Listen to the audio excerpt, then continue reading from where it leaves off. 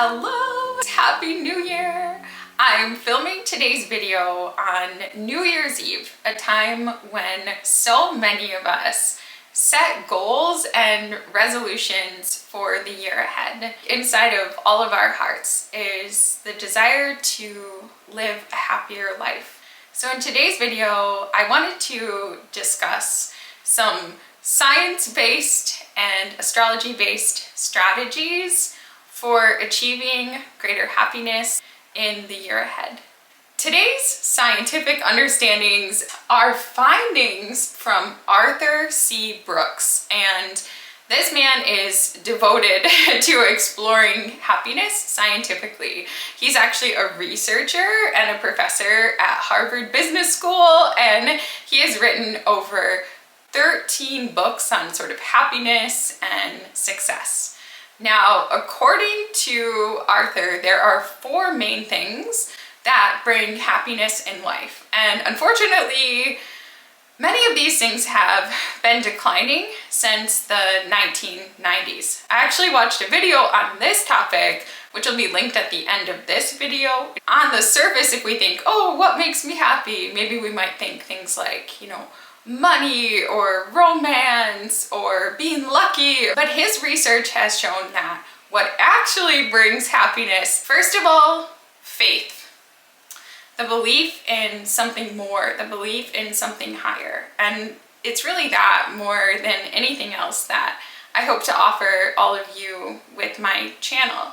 It's the faith that all is well, that everything is unfolding as it should, that there's a higher plan to our lives, that there is a higher power directing what we experience in our reality and watching over us.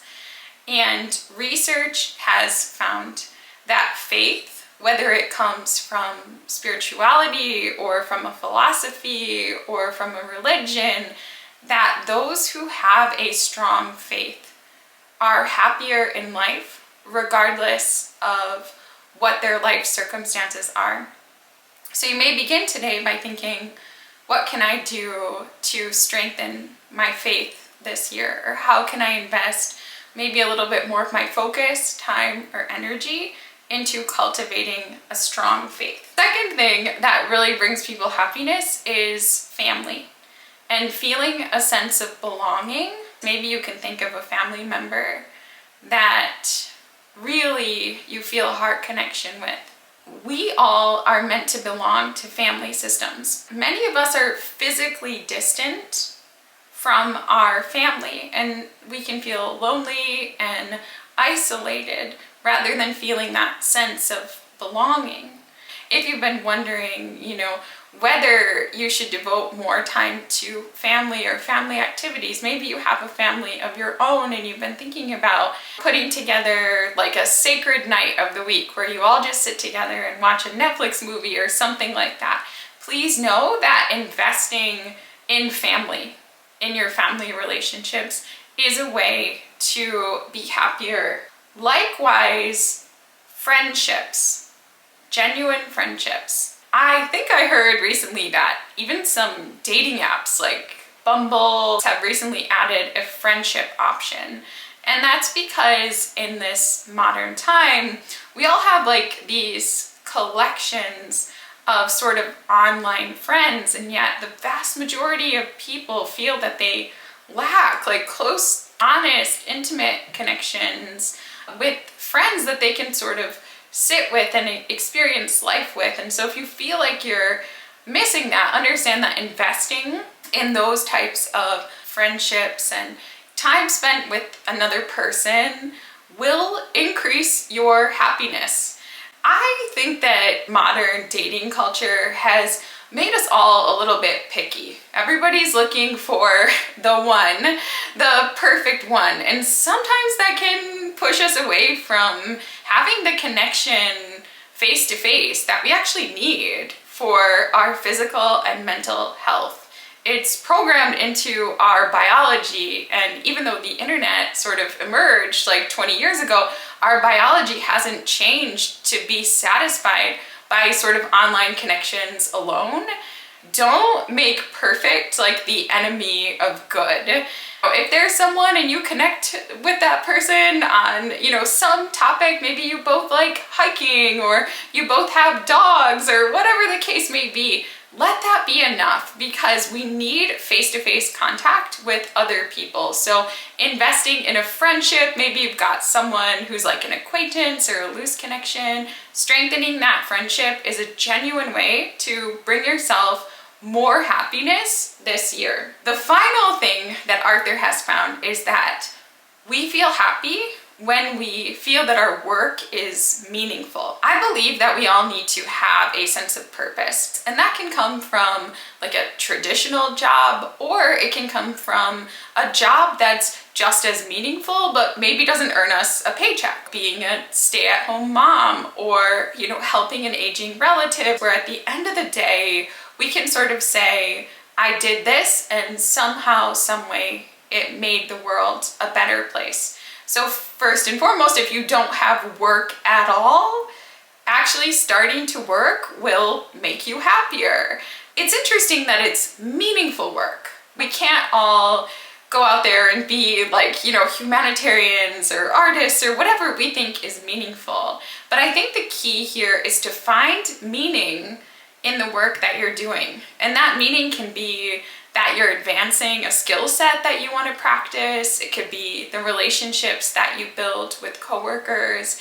It could be the connection that you have with customers. Those little smiles, that kindness, that courtesy can make the world a more beautiful place. So if you're already working and you don't feel that sense, reframe your mindset towards your work in a way that sees the meaning in the work you're doing. For example, even if it's the money that you earn, how are you using that money? Maybe, you're using that money towards something that's very meaningful to you or your family. And in that way, through earning an income, maybe the work has meaning. I would even say just a meaningful purpose in general, even if it's a volunteering or something like that, will make you happier. It'll give you more contentment this year. Now, in addition to science, I wanted to describe some areas where you can look in your natal chart to kind of get some ideas about how to cultivate happiness. First and foremost, I recommend that you look at your moon and really ask yourself, are you fulfilling your natal moon by sign and house? The moon has to do with what brings us emotional fulfillment. I'm going to show my chart as an example. So the moon symbol looks just like a crescent moon. Mine falls in the sign of Pisces and in the 7th house, which is the house of one-on-one relationships. If we are emotionally dysregulated, often focusing on the moon, as described in the chart, can help bring us back to a place of balance. For about an hour every morning after I finish my business email and finances, I will talk to or exchange audios with those people that I'm the closest to, and we'll literally talk about like the meaning of life and the nature of the soul and all of these spiritual things, and it helps me so much. Like sometimes I really don't feel that good, and then I'll connect to the special people in my life and I'll just feel so much better. So wherever your moon is, focusing on incorporating that house topic area into your daily life will give you the actual feeling part of happiness and contentment. The second thing that I wanted to illuminate in the chart today for happiness is they call it a dwarf planet. It's our little mini. However, we know mini can still be powerful. Anybody who's had a Pluto transit knows that, but this is Ceres, and Ceres was representative of sort of the goddess of agriculture. So this literally has to do with, where we see it in a chart, it has to do with how we feed ourselves and what sort of brings us nourishment. So for example, if you had your Ceres in the 5th house, you need to have fun to feel nourished by life. Like fundamentally, you need to create, you need to have fun. If your Ceres is in the second house, you need to be kind of maybe saving to make a major purchase or earning an income or feeling really connected to your material life. If it's in the sixth house, you actually need like a really nutritious diet. Mine is in the eighth house in the sign of Aries. And so this like intense pursuit to discover sort of the mysteries within myself and the magic of life and the metaphysics and the occult and all this stuff, like it actually really, really nurtures me. Now, the final thing that I recommend focusing on in your natal chart is the ascendant ruler, sometimes called the chart ruler. I've been wanting to talk to you guys about this for a very long time. I actually created for you a sort of reference sheet, which I'm gonna link below in a pinned comment to help you know what your chart ruler or ascendant ruler is. In my personal experience, if a person is not driven by the energy of their ascendant ruler by sign and house, they will often feel a sense of emptiness or lack of direction in life. And likewise, the opposite is true. If we let that sort of ascendant ruler be like our heartbeat and like pull us forward in life, we will feel like we're on path and on purpose.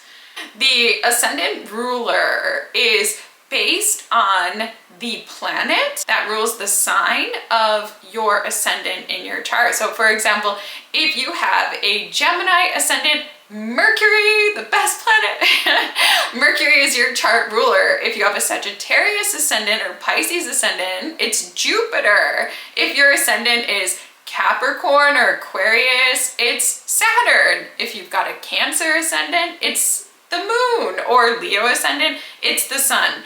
So we each have a planet which rules our chart. And also on the reference sheet, I also have basic significations and meanings based on the planet that rules your chart. But for example, if Mercury is your chart ruler, you need to learn every day. Every day you either need to be learning, you need to be teaching, you need to be writing, you need to be communicating, you need to go on little travels. Mercury ruled individuals come alive in their communication. If Mars is your ascendant ruler, I mean, you need to be active, you need to be working towards a challenge, like you need a sense of mission, you need fitness, you need sport, like you need to get in touch with sort of like the soldier within yourself. And so we need to embrace life with a different type of energy based on the ascendant ruler. And I think that's a quick and easy way to align your life if you feel directionless right now. Like start letting the ascendant ruler be your guide. And if you can locate the ascendant ruler in your chart, specifically using whole sign houses, and then kind of anchor the energy according to the house topics, you're going to have even more happiness, fulfillment, and success. So like I said, here at the end, I'm going to be linking the video on that kind of inspired this on why happiness is declining. I will link in the pinned comment below the reference sheet that I prepared for all of you. And I've also decided that in the year ahead, I would like to be sure that I definitively offer at least one video every week that you all can rely on. So I've put out a poll for you to choose which day that you would like to have a guaranteed video from me. I would appreciate if all of you who are watching this live could vote in the poll and give me your opinion as to which day you would like to see a new video from me. So in the description below, I will link the poll. If you're watching this far in the future, that link may no longer be available, but I appreciate all of you who participate in my community tab and who offer your perspectives. That really helps me know where to take the channel. So anyway, once again, I just want to wish you all a very, very happy new year. Many blessings to you, and Namaste.